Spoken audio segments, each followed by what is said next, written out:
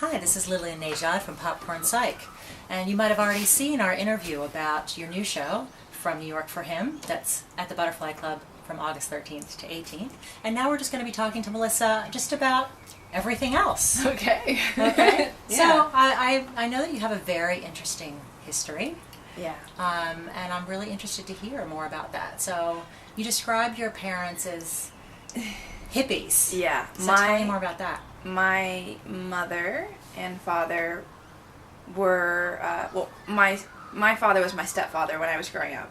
So his name was Hilary Stagg, and he played the harp. He was a new age musician, and he sold over 1 million copies by the time I was 5. And my mother was his ex-model, became his manager, and I basically just grew up in a world of lots of hippies. Lots of hippies, but like really well-educated hippies.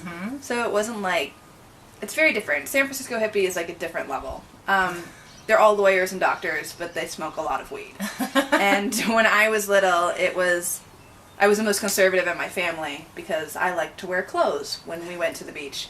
Yeah, but my stepfather passed away when I was 9, and my mother actually passed away when I was 20. So she died of breast cancer, and she didn't have health care because of the pre-existing condition. Right. And so she decided to die instead of going through that system. So I always believed that, like, if Obamacare was around then, Yeah. that maybe she would have been alive now. So I lost both my parents, but I met my bio dad when I was 20, and How did that happen? I basically called someone on that side of the family that I knew, and I said, you call my father and you tell him that my mother is gone and that I would like to see him. And he honestly really opened his door to me, and he has been so amazing and so giving. That's lovely. So it's been really nice. It's like I had my mom for the first 20 years, Yeah. and now I have my dad for the second part of my life. Yeah. But knowing them now separately, if they were together as a child, it would have been, like, not good. So you understand why they weren't together? Yes, Yeah. absolutely. But I respect them both for what they've given me, so. Yeah. Yeah. And you said that you were very different to the hippie lifestyle that your parents kind of It's funny. had. So how were you different? Besides wearing clothes at the beach, what other things were different? I like structure more, I think, but it's funny because anyone that meets me, like my husband to this day is like, you are such a hippie. But then in my heart, I'm like, oh, honey, you don't know what hippie is. Like I shave my underarms. But I also have lots of respect for hippie. It's kind of like if you're raised Catholic, but if you're raised Catholic but no longer practice. Like, you still have respect. Like, you still go to Mass sometimes. Right. So I'll still, like, go to meditation groups sometimes, or... And that's much more popular these days than Yeah, it was it is. 20, 30 years ago. And I get it why people who grew up as Catholics all of a sudden, like, go and think that, you know, the hippie, New Age lifestyle is really great. But growing up in that kind of unstructured environment wasn't really what I liked. It didn't suit you. And I think most children don't like what they grew up with. So I just grew up opposite of everybody else. How did you Yeah. get into performing? Because that's in line with what your dad did as well. I can't even, since the beginning. I loved telling stories. I loved singing on the coffee table with the hairbrush. And my whole life, I just continue to go with it. I went to a special high school that was just for acting. So, I mean, it's called SODA. It's in San Francisco. Have you ever seen the show Fame? Yes. It's like that. It's like the real that. Okay. So that was such a gift. And then I went to college. I got my bachelor's in theater with an emphasis in playwriting. And then I went to get my master's at University of Tennessee in acting. So it's just been like continuously, it's been what I've been working for my whole life. Yeah. What's your favorite aspect of performing? What do you like to perform the most? My favorite part I ever played was probably Maureen in Rent. And just to be able to let it all out and let that monster out was the funnest I've ever had on stage. It was really fun. Yeah. The first moment I realized I wanted to do this my whole life is when I was about 5. I saw a show called Butterflies Are Free. And I was sitting in the audience, and it was right before the curtains went up. And I've never seen a group of people be so quiet and so attentive together. And that kind of silence before the storm was like really where I fell in love with it. That anticipation for what's next. Yes. Yeah. Yeah. Yeah, so you knew from very young that you wanted to perform, and you pursued it your whole life. Yes. I'd just been like a train. Yeah. And so when you came to Australia, you had this opportunity to continue to pursue it, even though you weren't in the hustle and bustle of New York anymore. In the beginning, it was like a halt. It was like, I didn't quite know where I fit. I still don't know if I do, but it's been a journey. And that's part of the show also talks about that moment of realizing that you can be a good wife and also be good to yourself. Because I had this like idea that I would come here and then I would just be a wife and not a artist anymore. Pursue your passion. Like I don't know why I thought that. Yeah.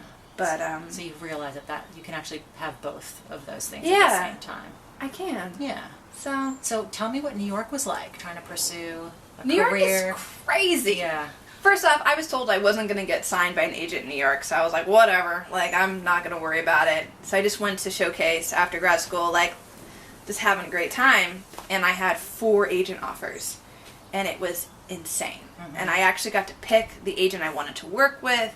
Her name was Judy Bowles. She was amazing, so warm and welcoming. And I was part of Equity, so I was able to go into open calls every day for big shows on Broadway, and it was hard and amazing.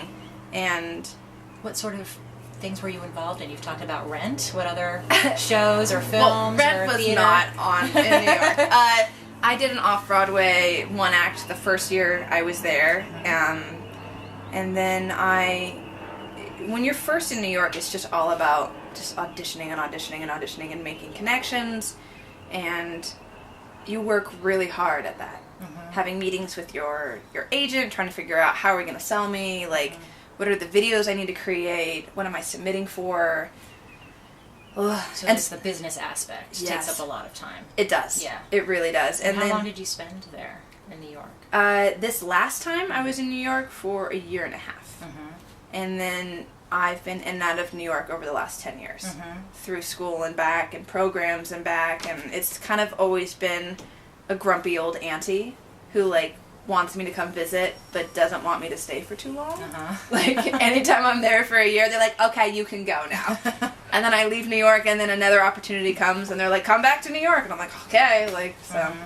Well, it sounds like you really had to give up a lot, having kind of laid a foundation for 10 years. Yeah. And then moving to a completely different country. Yeah. I think the greatest thing about Melbourne is that it really supports personal creation of art. So New York was a lot of waiting in lines.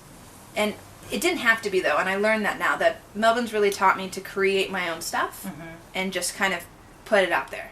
Like, just not wait in here line. just forced you to do that. Yeah. Yeah. Which has been fantastic. So if I ever go back to New York or anything, I know exactly what to do. I'm just going to, like, create a cabaret, create my shows, keep writing, keep moving forward as an individual. And then if opportunities on the side are like, hey, come audition for this, then I'll do that.